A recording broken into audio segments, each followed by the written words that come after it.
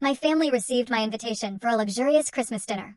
However, on that very day, they deserted me, dining elsewhere. You know, there are moments in life that just gut punch you.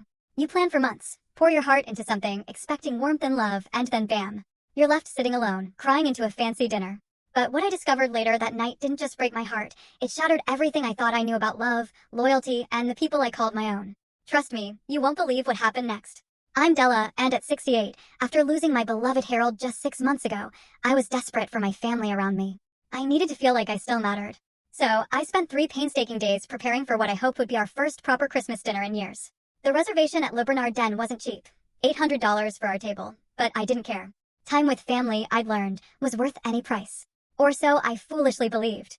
The irony wasn't lost on me. I was trying so hard to pull together people who barely tolerated my presence the rest of the year. But Harold's absence felt impossibly heavy, and I needed them.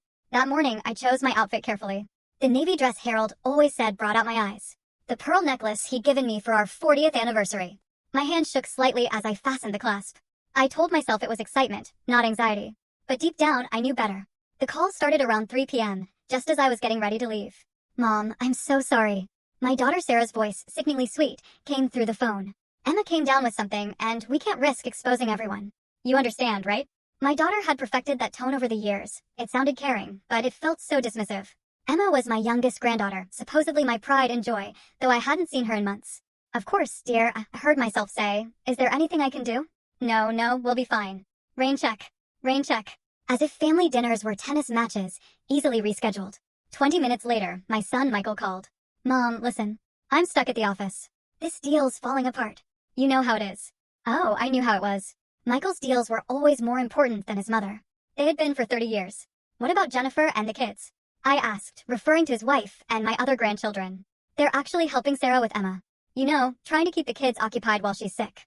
Something cold settled in my stomach. "They're all together?" A pause. "Well, yeah, but just for a few hours. Nothing planned or anything." Nothing planned, right? The final call came from my youngest, David. His excuse was the most creative yet. His car had broken down, and AAA couldn't get to him for hours. He was stranded, so sorry. Maybe next time. I sat in my living room, still in my navy dress, staring at my phone. 3 children, 3 excuses, all delivered within an hour of. Full story video added in below.